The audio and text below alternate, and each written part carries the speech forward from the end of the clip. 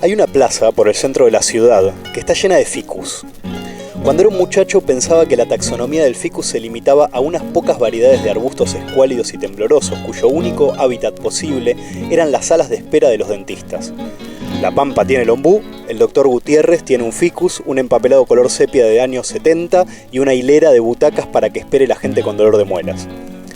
Pero los ficus macrophylla son enormes, son altos y las raíces marcan un perímetro irregular de cordilleras que le tapan el sol a las hormigas y por las que saltan los niños cuando juegan a dar la vuelta a la planta gigante sin tocar el suelo. Al lado de la plaza hay bares y detrás una biblioteca que no tiene libros, una sala de luz fría para sacarse oposiciones, exámenes y cosas de esas. Porque no somos chicos para andar saltando entre raíces, ni hormigas para fascinarnos con accidentes geográficos de una plaza, atravesamos la biblioteca y dimos con un salón de actos donde había un tipo diciendo que hay que reivindicar los anacronismos. Y digamos que no estábamos muy de acuerdo, pero tampoco sabíamos decir exactamente por qué. Alguno tenía la idea de que el anacronismo es un recurso medio tramposo y divertido para justificar cualquier disparate o para hacer pasar por recurso pedagógico la falsificación de unos títulos expedidos por el Ministerio del Pasado. Por supuesto, tal vez había en Grecia higueras australianas, aunque ellos no lo supieran, aunque solo llegase a ser cierto hoy. No había más remedio que ir a las fuentes clásicas. Pero, ¿por dónde empezar? Alguien recordó que la mamá de Eurípides vendía perejil, pero otro dijo que eso decían sus enemigos para difamarla. ¿Quién sabe? Tal vez un cliente de la verdulería que se vengaba por la calidad del género. Bueno, empecemos por ahí. Por el perejil, que es una planta pequeña y que a falta de aspirina sirvió alguna vez para aliviar el dolor de muelas. Empecemos entonces por los anacronismos de una obra cualquiera. Yo qué sé, por ejemplo, podríamos empezar, ¿por qué no?, con la historia de la ex de Jasón, con la tragedia de Eurípides sobre la desgraciada vida de la señora Medea.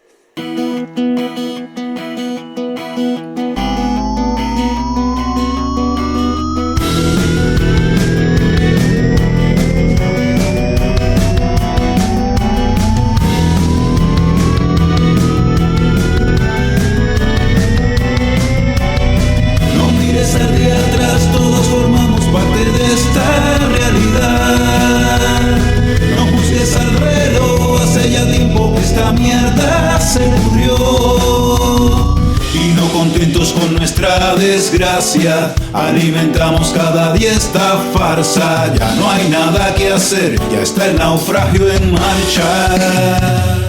Buenas noches, buenas tardes, días. ¿Cómo están todos ustedes? Esto que da comienzo en este momento se titula Naufragio en marcha y específicamente Medea.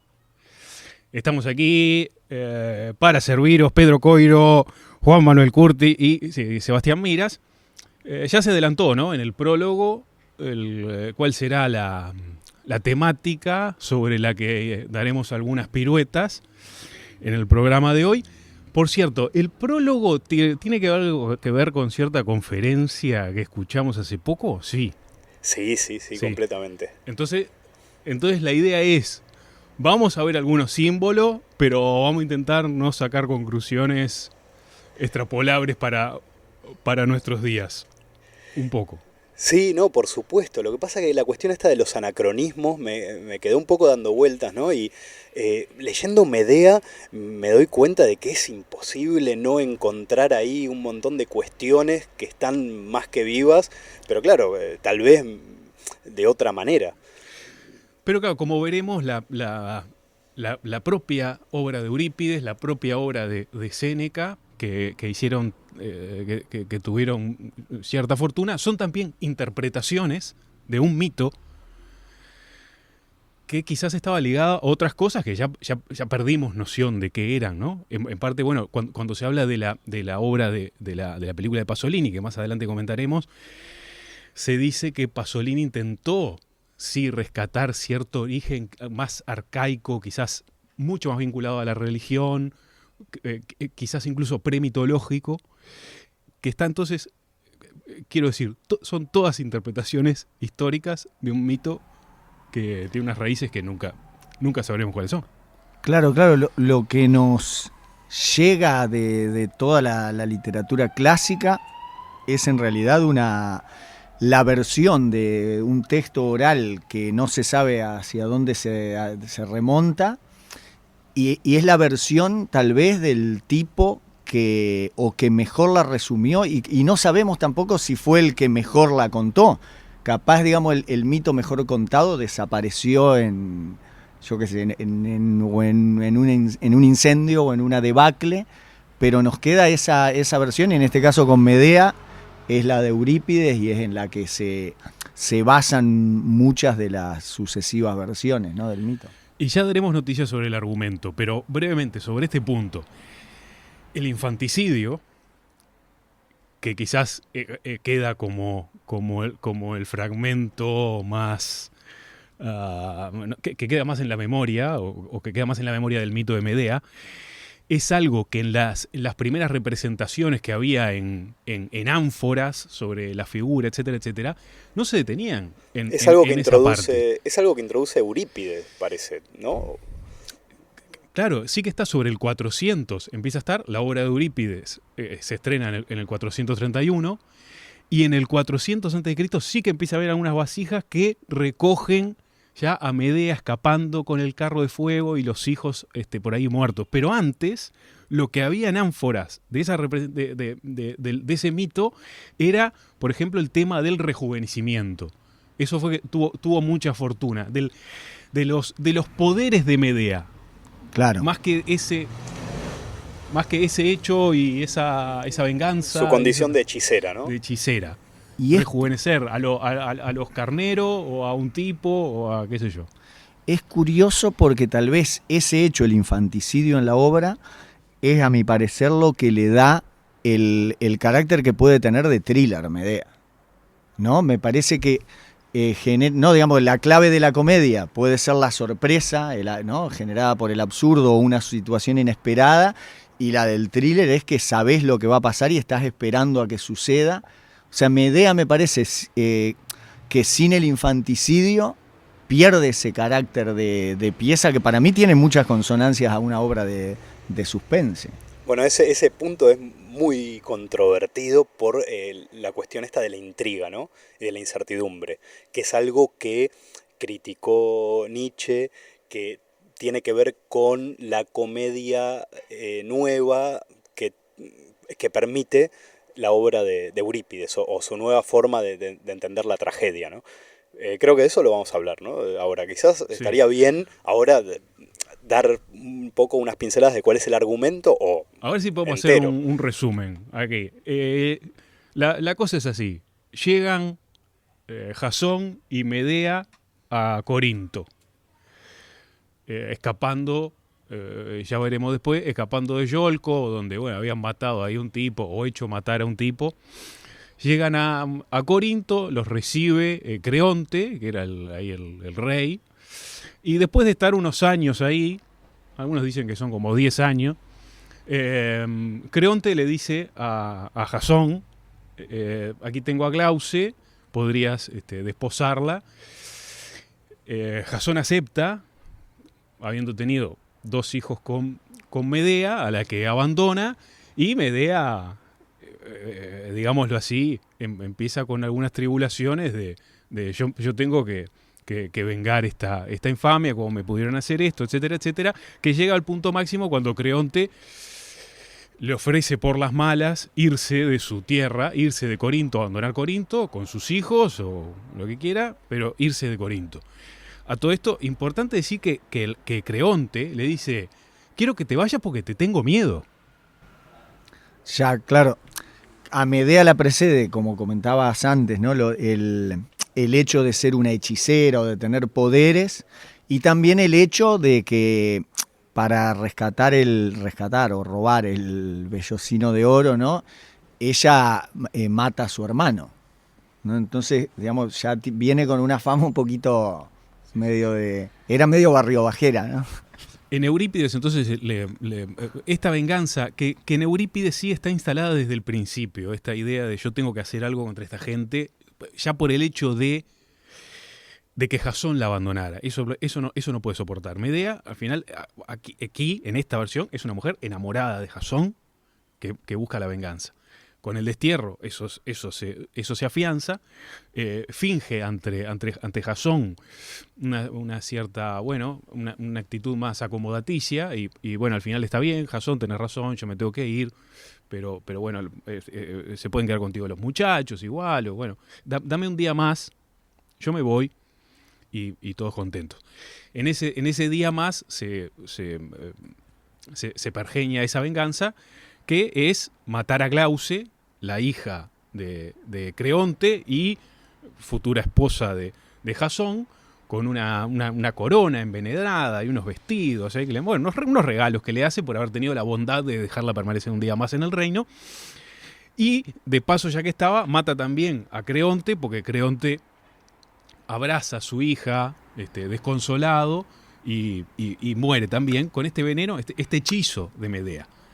Sí, se prende fuego, ¿no? En algunas se prende fuego, en otras en Pasolini el viejo. Pero en la versión de Eurípides se prende fuego y sí, mueren los dos quemados. Sí. En otra hay, dice, ¿quién es el que? Bueno, en otra muere envenenada y por no poder soportar el veneno se tira a una fuente. Bueno, pero sí, es verdad, se prende fuego.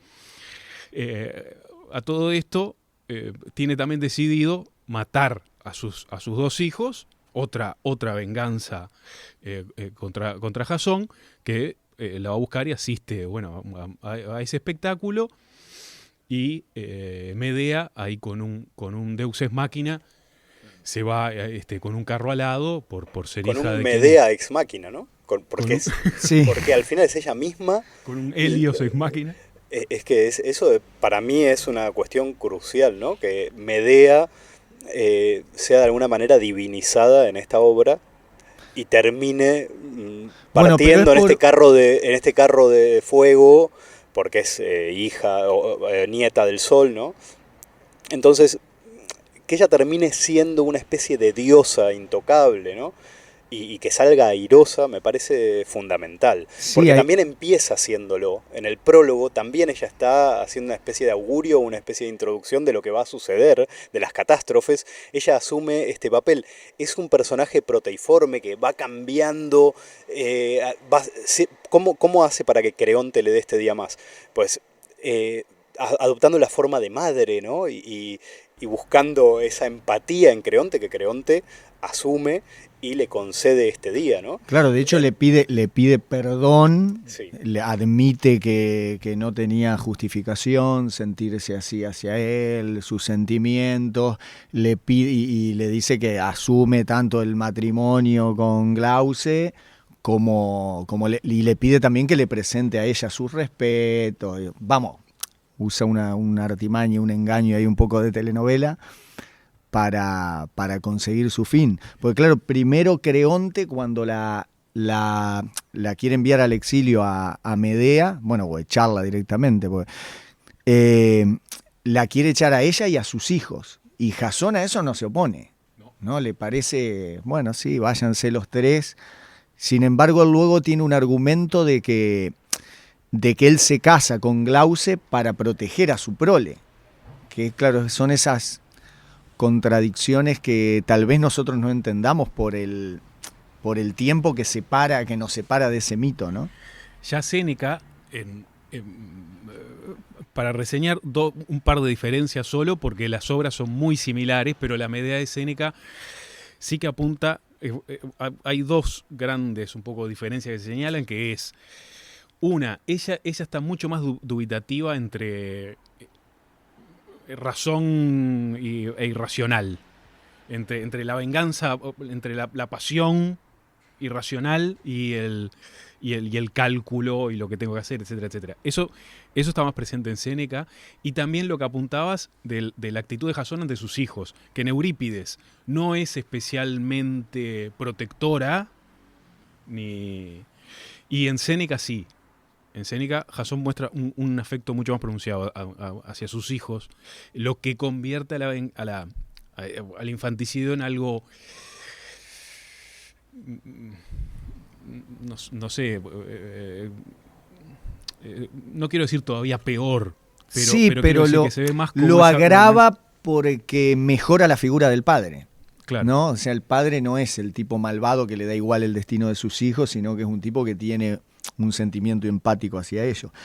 Esos cambios yo me pregunto, digamos, de dónde vienen dados. Yo creo que es la moral, ¿no?, de cada época que va cambiando. No sé, se me ocurre esa interpretación, ¿no?, que la moral de cada época o la ética va modificando la manera en que esos mitos tienen que ser contados para que el público los acoja. Claro, claro. Ahí se dice que el estoicismo de Séneca influye, claro, en ese argumento. En un librito muy interesante de uno de los expertos más importantes en esta cuestión, que es Gilbert Murray, se defiende este ambiente en el que se cría Eurípides, ¿no? Y el, ¿cómo decir?, las relaciones intelectuales que tiene con Anaxágoras, con Sócrates, mismas cosas que son cuestionadas por Nietzsche en El origen de la tragedia. Y claro, ¿de qué se trata acá? ¿Cuál es la moral de Eurípides al presentarnos a esta infanticida, a esta mujer salvaje, que esto parece ser le supuso muchas antipatías en su época? Es conocido que Aristófanes le hacía constantes burlas, ¿no?, que era un experto en su obra, y la comedia lo atacó sin cesar. Todo el tiempo aparece él, ¿no?, como un tipo que incluso podía haber sufrido unas relaciones personales con las mujeres bastante dudosas, ¿no?, que había sido un marido engañado, qué sé yo, rumores que se corrían sobre Eurípides mismo. Pero el bullying, ¿no? Sí, el bullying, pero ¿de qué se trataba? De cómo presenta Eurípides a la mujer. Y yo creo que justamente se trata de que hay una falta completa de moral. Eurípides lo que hace es presentarnos unos personajes muy complejos, que no son tanto blanco-negro, no es ella la razón y Jasón el irracional, ni al revés. Que bueno, a ver, se diría que las razones que da Jasón son mucho más, participan mucho más de este espíritu calculador, ¿no? Quédate, vamos a tener hermanos reales para nuestros hijos, lo que te conviene es hacer esto, no seas tan pasional. Sin embargo, Medea da unos argumentos muchísimo más sólidos, pero que están contrapuestos con la justicia del lugar. Que la justicia le está diciendo, te tenés que ir, sos una salvaje, que tenés que salir de acá, sos una hechicera, ponés en peligro a la ciudad, fuera. Es que esa va a ser una de las claves, yo creo, cuando hablemos un poquito después de reinterpretaciones actuales, incluso desde el feminismo, que se ve a Medea como una reordenadora del sistema social. Aquí vamos a implantar un orden distinto, que no responde a las... Claro, Medea en un diálogo con Jasón le plantea algo así como, dice, sí, yo como que ella perpetra el crimen de sus hijos, pero que no los mata ella, sino que los mata la ambición de él. Entonces, yo creo que a mí ese argumento me puede llevar, ¿no?, a otra interpretación de decir cuál es la motivación de Medea, aparte de digamos, que creo que, digamos, el tópico es verlo como una mujer despechada, ¿no?, y que tiene una ira pasional. En la cuestión del anacronismo, ¿no? Gilbert Murray, en esta obra que se llama Eurípides y su tiempo, hace una labor un poco de divulgación. Y lo que dice es que varios fragmentos de Medea podrían incluirse en algo así como un manual de cosas que le dice conversaciones que tienen un marido y una esposa, ¿no? Para traerlo a nuestra época y a nuestras relaciones, ¿no? Esta idea de mujer despechada y tal. Pero yo creo que eso tiene que ver más bien con que acá discusiones filosóficas y morales se llevan al terreno de lo individual, a un caso individual, ¿no? A esa historia misma, a relaciones humanas, muy, muy humanas, ¿no? Entonces, esa es la cuestión. Pero ¿eso nos permite decir que es una mujer despechada, como dice Eurípides? ¿Es una relación entre marido y mujer? Joder, es que Medea tiene en su haber, ¿cuántos muertos? Tiene a su hermano, a Pelias, a Creonte, la hija de Creonte, sus propios hijos entre comillas. A ver, ella los mata, pero también los está salvando de que los maten otros. Sí, A ver, lo que está, con respecto a lo que dicen, un apunte solo. El tema del infanticidio, lo decíamos antes con las representaciones. Incluso no está, o sea, previo a Eurípides, las versiones eran, los mataron familiares de Creonte por el asesinato, sí, de Medea de Glauce, o los propios corintios. Un asesinato de falsa bandera. Y después llega, no, los mata la propia Medea, incluye a sus hijos en la venganza. Claro, en el planteo que decís es como que Medea es un chivo expiatorio, ¿no? Es decir, le meten el crimen también para demonizarla más, tal vez. Pero yo no sé dónde lo leí esto y entonces no tiene ningún soporte. Pero que son los corintios los que pagan a Eurípides para que Medea sea la asesina de los hijos, para limpiar su nombre, porque estaban quedando muy mal con esa leyenda de haber matado a los hijos de Medea. Ah, excelente, claro. Ya es una buena leyenda. versión. Entonces ya es una leyenda, ¿no? Claro, según esta. Y también hay algún punto en la obra donde se habla de otras infanticidas, ¿no? Pero no se especifica cuáles, o no sé si esto lo tienen ahí en la memoria. Pero parece que hay otras historias de infanticidas anteriores.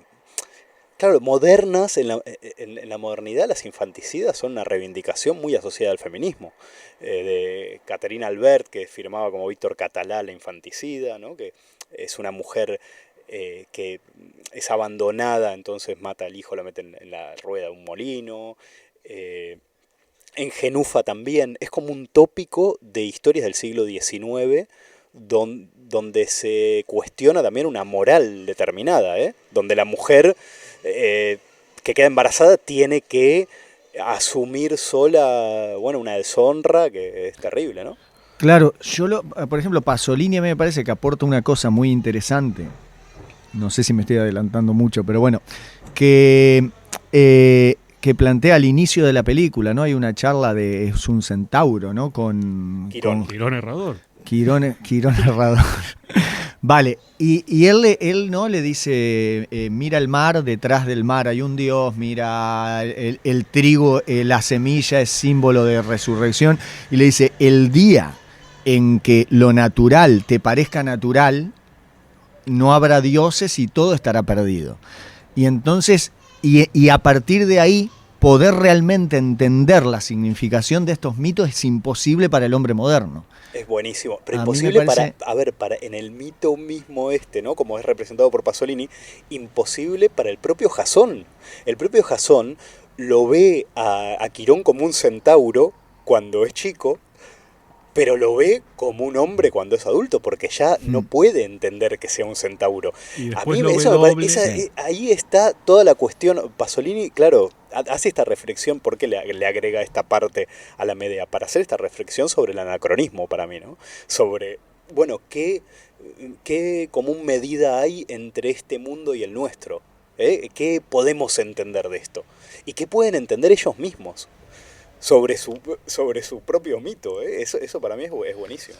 Pasolini, como decíamos, le agrega, intenta eso, no quedarse en el mito, sino buscar incluso raíces mucho más arcaicas, ligadas a una religión, por supuesto ya inconcebible, y le agrega, sí, basándose en Eurípides, le agrega así toda una primera parte de los antecedentes de esa relación entre Medea y Jasón.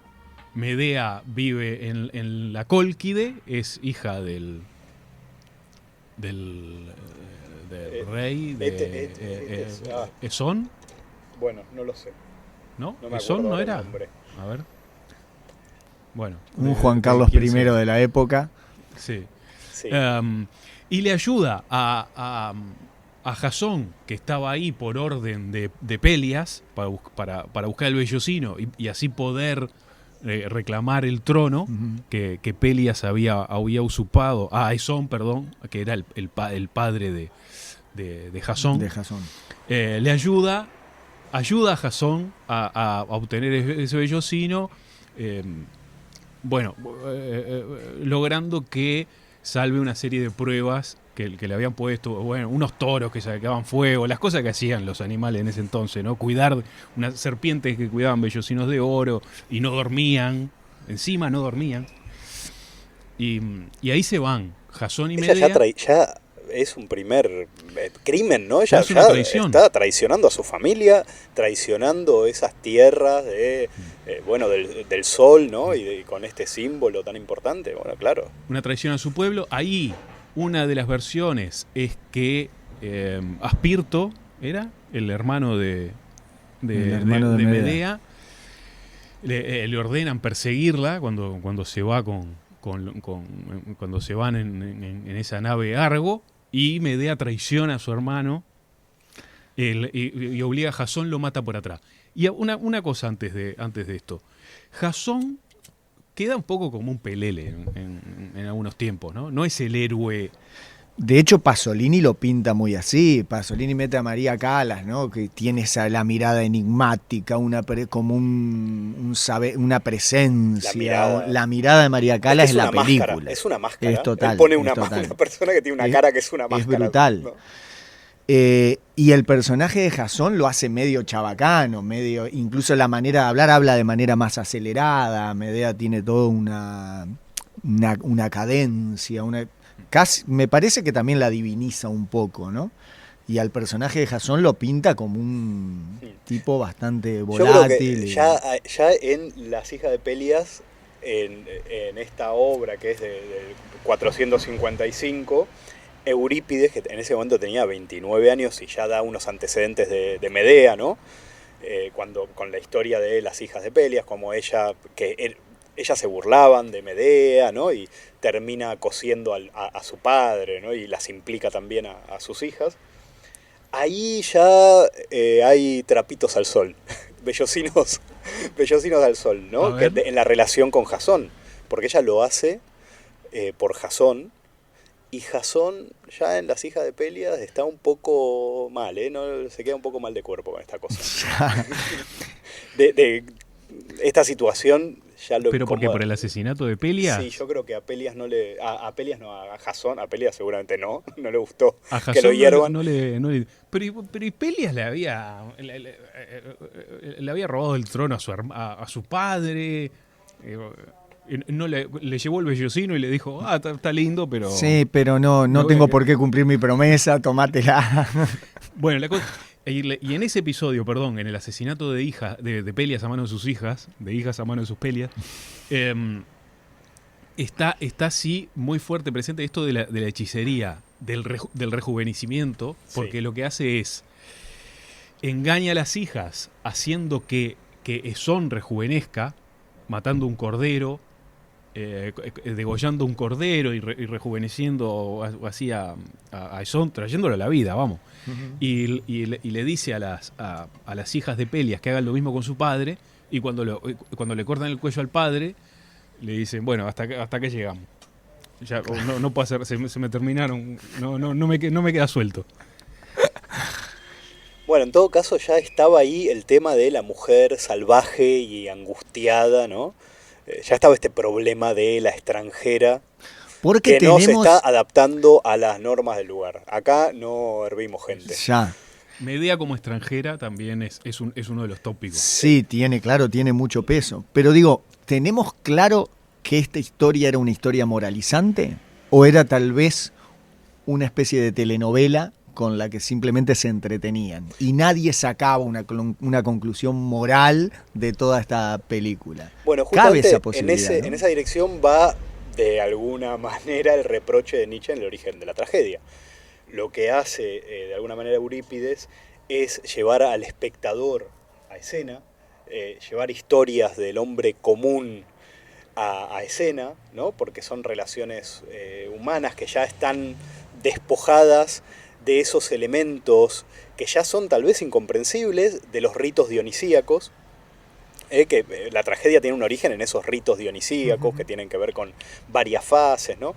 En fin, la cosa es que Nietzsche le reprocha a Eurípides que bajo el influjo de Sócrates y de esta nueva forma de ver la vida, una forma dialéctica y una forma alejada tanto de lo dionisíaco como de lo apolíneo, pues le quitan un poco la chicha a la tragedia y a toda esa belleza que existía. La poesía pasa a ser filosofía, ¿no? Pasa a ser una cuestión en la que no cabe tampoco la incertidumbre de la que hablabas, porque hay que saber todo para prestar atención a esos diálogos y a todas esas cosas que son muchísimo más racionales de alguna manera, y bueno, claro, esto da para mucho, ¿no? Pero Claro, lo que pasa que entiendo que no sé, lo entiendo evidentemente como mirándolo desde la perspectiva actual, ¿no? Que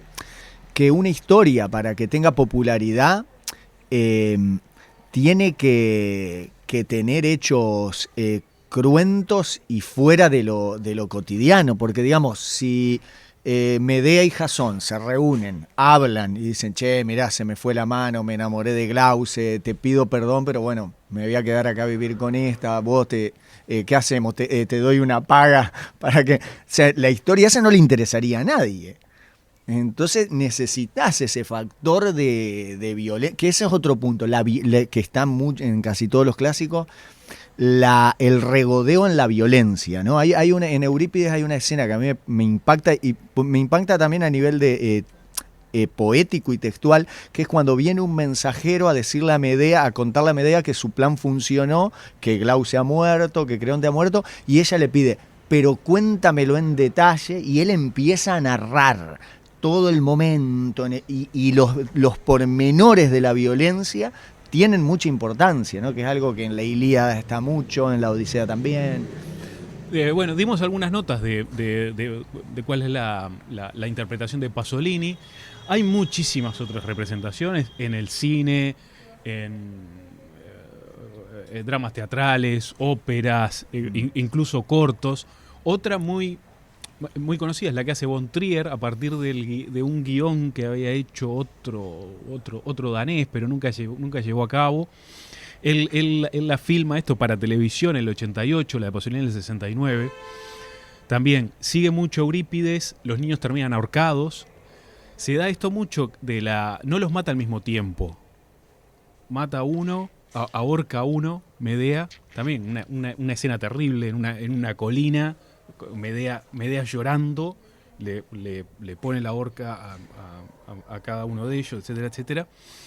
Y ella termina saliendo en un barco con otros muchachos ahí, se sienta, se desmelena, siempre utiliza una especie de ahí de trapo en la cabeza que y en ese momento se saca y queda ahí una y una cosa solo. Y Jasón termina, la va a buscar a Medea y termina dando unos espadazos en un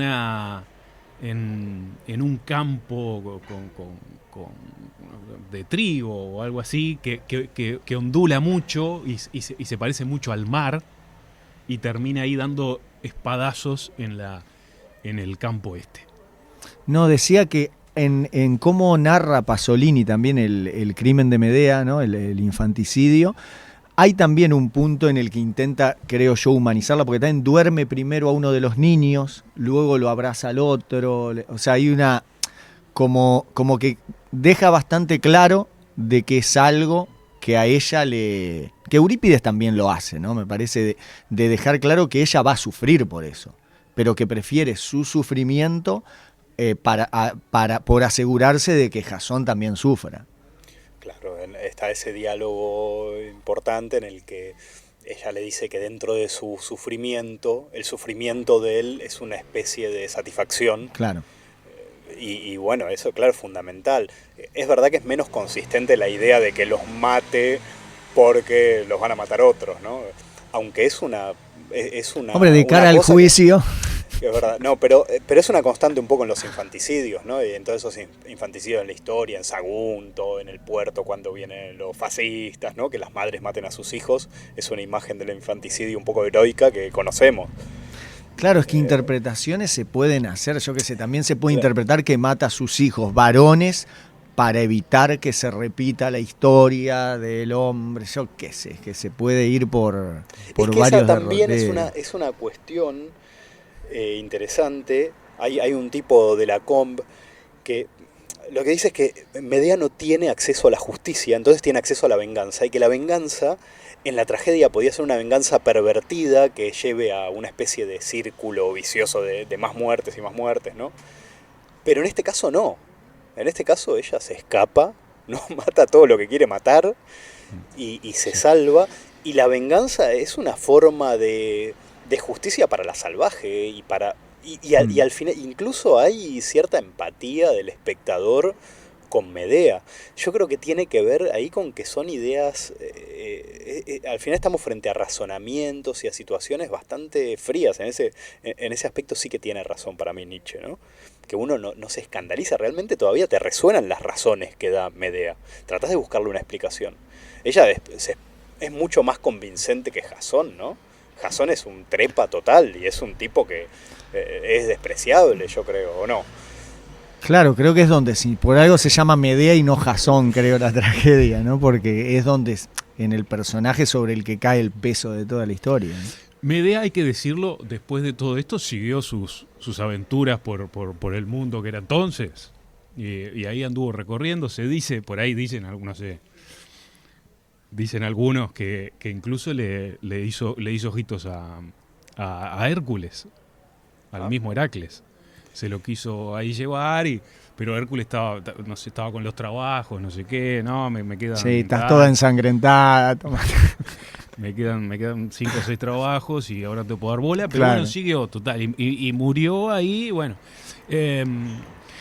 Claro, se dice, Medea terminó en los Campos Elíseos. Medea como bueno, premio a esa semidivinidad, y terminó con los dioses ahí arriba. Es interesante, a ver si lo podemos comentar ahora, otra obra que apareció el año pasado, que hizo Fermín Solís en una novela gráfica, que se llama Medea a la deriva, donde se presenta una Medea en una especie de limbo, condenada a vagar en un bloque de hielo que se va poco a poco desgastando a manos del sol. El sol es el que va derritiendo ese bloque. Durante la novela ella va contando los pasos del bloque y verificando que se va haciendo más pequeño.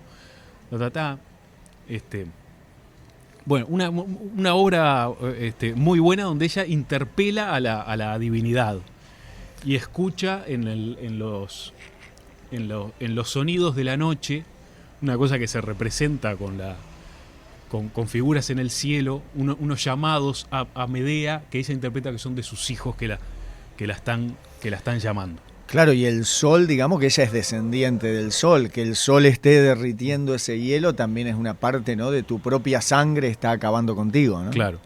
Y finalmente, bueno, ese hielo se derrite, y un hecho, no sé, a ver qué le parece, cómo se podría interpretar eso. Ella intenta suicidarse muchas veces, intenta acabar con su vida, que ya no sé si no sé cómo está. La cosa es que ella, por las dudas, intenta matarse, pero no puede. Siempre reaparece en el bloque de hielo. Hasta que finalmente, cuando se consume, ella sí desaparece bajo el mar. Una cosa que no dijimos es que es descendiente de Helios, pero también de Océano. Y ella termina disolviéndose en el mar. En el mar. Medea. Es una vuelta también una vuelta al origen, ¿no? Una vuelta, sí, al útero, lo que sea. Bueno, y otra cosa, y lo último. Cuando se disuelve ahí en el mar y desaparece, queda flotando una especie de capa que ella tenía o algo así, queda flotando, y aparece un tipo en una barca que recoge ese trapo que había quedado en el mar, y así termina la obra. Uy. Bueno, Un tipo recogiendo el trapo que había quedado de Medea. Empezó ella recogiendo un vellocino de oro y terminó claro, un pero tipo recogiendo un trapo. puede leerse de ahí, digamos, desaparece el personaje, pero permanece la posibilidad del crimen, tal vez, ¿no? Digamos, la posibilidad de que en ese objeto que queda ahí flotando se vuelva a repetir la historia, no lo sé. Bueno, ahí termina. Una horita del año pasado de Fermín Solís bastante interesante.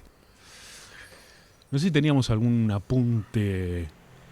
No, yo creo que está bien lo que fuimos hablando. Que tal vez no hablamos suficiente sobre la cuestión del lugar de la mujer, ¿no? Yo creo que tenías ahí habías copiado algún fragmento de lo que le dice Jasón sobre esta posibilidad, ¿no? Jasón, en su afán de calcularlo todo, de que los hombres nazcan prescindiendo de las mujeres. Sí, claro, dice, deberían los hombres buscar otra manera de engendrar a la prole sin sexo femenino, y así no sufrirá mal alguno el varón.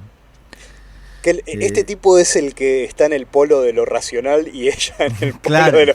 ¿no? Él es un calculador y además es un cínico total. Bueno, cínico en el sentido más banal de la palabra, más así popular. Porque él le dice, en algún momento le dice, bueno, gracias a mí conociste mundo, ¿no? Yo te hice viajar. Claro, es que es la desvergüenza. Claro. Es la desvergüenza de Jasón diciéndole a la tipa que traicionó. Bueno, no me has hecho tanto bien al final. Claro. Tú la beneficiada, porque al final eres una salvaje y estás aquí, has recorrido varios lugares gracias a mí. Sí, para justificar su traición con Glauce le dice, sabe que no es una mujer la causa de mi entrada en el lecho principesco que ocupo, sino, como te dije, mi afán de protegerte. O sea, es decir, te traiciono para protegerte. Me parece interesante que en la de Pasolini sea el propio Jasón el que le dice a su tío, cuando el tío le dice, mira, a veces los reyes no cumplimos. Y él le dice, bueno, no pasa nada, conocí un poco de mundo. Al final aproveché esto. Esto fue una experiencia para mí, ¿no? Y los emprendedores tenemos que fracasar varias veces antes de triunfar. Sí, lo cual no te hace dudar de si Jasón ahí lo pinta como un héroe o como un tonto, ¿no? No, para mí el punto de que diga esto es el de que yo antes dije que era un cínico, pero no es un cínico. Realmente se están confrontando ideas y se están confrontando argumentos. Y no es una manipulación la de Jasón. Realmente Jasón es un tipo que se quiere acomodar ahí y cree que sus hijos van a estar mejor si hace lo que quiere hacer, si se casa con Glauce o con Glauche, ¿no? Realmente para mí ahí está el punto de esto, ¿no? Que son personajes más complejos al final. Ya, luego, siguiendo con Pasolini, hay una cosa curiosa que no sé cómo la interpretan ustedes, que él cuenta el final, narra la muerte de Glauce y en un momento vuelve atrás al momento en que Creonte le va a decir que se vaya y narra nuevamente el final. Y en ese final, Creonte y Glauce se suicidan. Cambia totalmente el final, hay dos finales en la película. Yo eso lo entendí como dos formas de ver este punto, que era el punto más raro, más místico, que es que ella muera prendida a fuego. Entonces en la segunda muerte no muere prendida a fuego. Te está dando la visión, para mí te está dando primero la visión que hubiese visto Jasón pequeño y luego te está dando la visión que hubiese visto Jasón grande. Para mí también hay un retrato de la culpa, porque cuando Pasolini narra cuando se pone la diadema no sé, es un elemento bastante extraño, se lo pone en la cabeza, ella se mira en un espejo en el que se ve deformada y al verse así sale corriendo y se suicida. Creonte, al ver que ella se suicida también. No sé, yo lo leí un poco por el lado de decir, le hace ver su crueldad, no puede con ella y se suicida. No sé si es una lectura un poco Claro, para mí estaba afinando el naturalismo de Eurípides. Era como ese resto no naturalista que había. Pues lo voy a mostrar, pero luego voy a mostrar otra forma de entenderlo, que es algo mucho más natural, ¿no? o realista. Sí. Yo no estoy seguro. A ver, esto es muy, muy aventurero. Pero si ¿de qué manera ella pronostica el final de ellos? Porque ella, conocedora del futuro, porque incluso pronostica la muerte de Jasón, que va a morir con un desprendimiento de largo, que se desprende algo, se le cae encima y se muere. Y ella eso se lo dice. Eso también podría ser como bueno, en todas mis visiones, ese es el final. No importa, mi pronóstico es así, ese es el futuro, no importa bajo qué forma, bajo quién intervenga o no. Sí, pero en esta visión no muere él, muere solamente Glauce, ¿no? No sé si ella tiene la intención de que muera el padre. Yo creo que muera Jasón. No, que muera Creonte. Ah, vale. O en algún momento dice que cualquiera que toque, ¿no? Esto va a morir, bueno, no lo sé. Sí, la muerte de Creonte es un poco enigmática, el sentido que tienen los objetivos de Medea, ¿no? Porque, digamos, matarla a ella es obvio, porque impide el casamiento de Jasón con ella. Pero Creonte puede ser una venganza por el hecho de que la quiso expulsar del país. Es que a ella no le interesa para nada a Creonte. Cuando en ese encuentro le pide, él accede a darle un día más, ella luego habla con el coro, que es algo de lo que tenemos que hablar también, del lugar del coro, sí, ¿no? Sí. Ella luego dice, ¿tú crees que yo voy a estar razonando con este tipo realmente? ¿O tú crees que a mí me importa realmente Creonte? Voy a hacer otra cosa. Claro, pero es que de hecho... A mí no me importa. Pero ella maneja perfectamente el lenguaje civilizado, ¿no? Medea maneja perfectamente el lenguaje. Es una salvaje, pero es la que tiene la mejor retórica. Sí, es que tiene esa técnica, esa artimaña, por supuesto, seguro. Y lo demuestra ante Creonte y ante Jasón, por supuesto. Y ante el coro que intenta disuadirla, también lo mismo. Porque el coro se encarga de es el que tiene más oposición con... Sí, pero hacen lo suficiente. Yo cuando estaba leyendo, a veces decía, bueno, ¿y por qué estos tipos no hacen nada?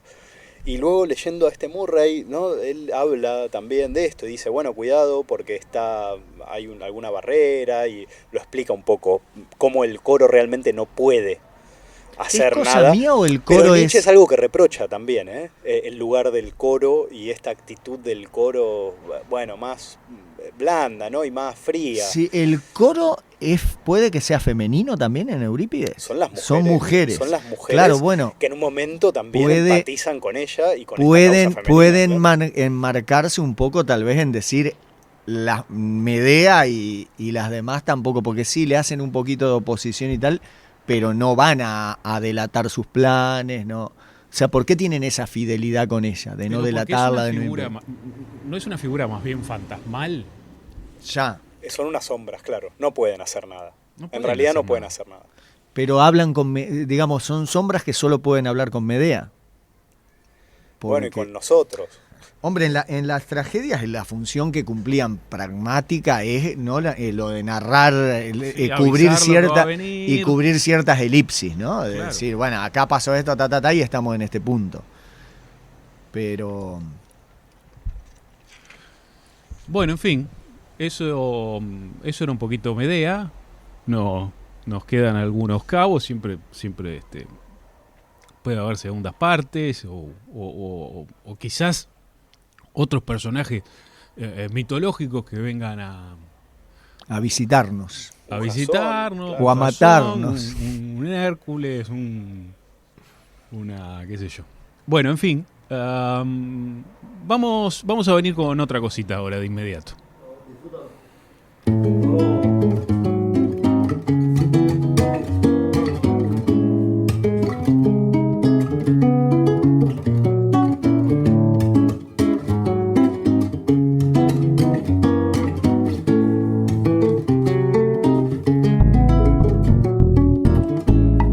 No me canso de vivir sin medir las consecuencias. Sin querer le fui soltando las riendas a mi destino. Aprendí con los tropiezos a improvisar en la cuesta. Y hoy que la luna me falla, tengo que seguir a tientas, adivinando equilibrios, pa' que esta cosa tremenda no se nos vaya de quicio y luego nos pase la cuenta.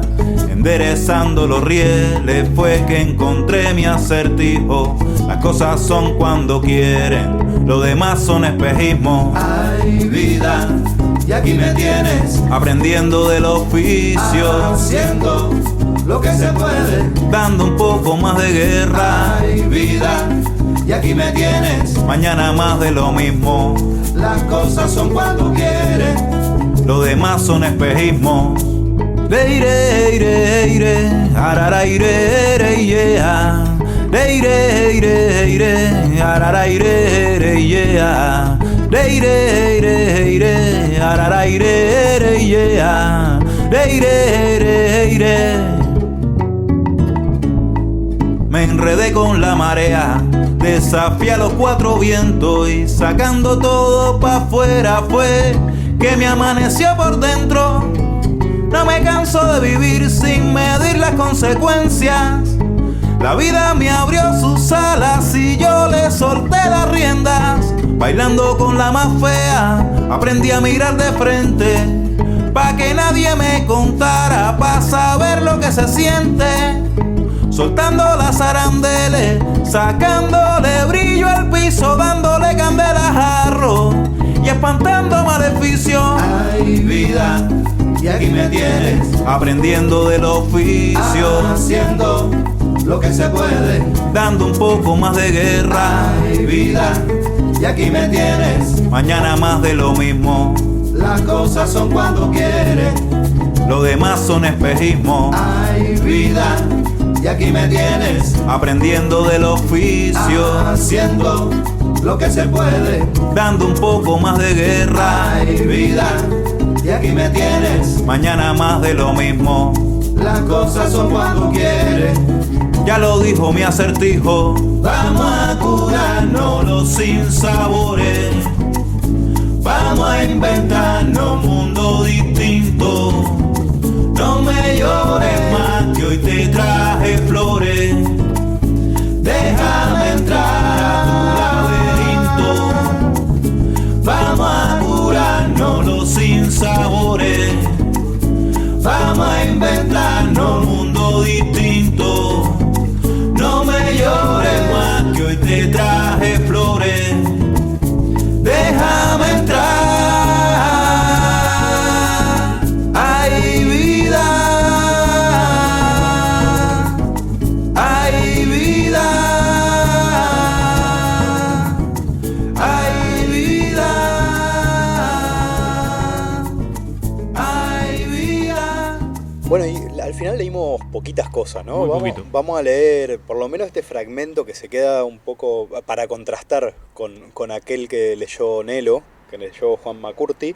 Vamos a leer este fragmento de Medea sobre el lugar de la madre o de las mujeres, etc. De todo lo que tiene vida y pensamiento, nosotras las mujeres somos el ser más desgraciado. Empezamos por tener que comprar un esposo con dispendio de riquezas y tomar un amo de nuestro cuerpo, y este es el peor de los males.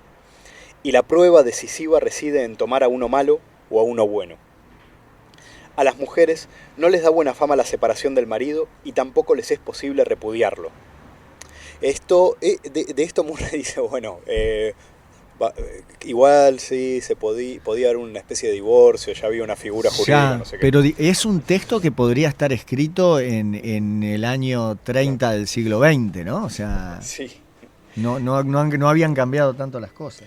Y cuando una se encuentra en medio de costumbres y leyes nuevas, hay que ser adivina, aunque no lo haya aprendido en casa, para saber cuál es el mejor modo de comportarse con su compañero de lecho.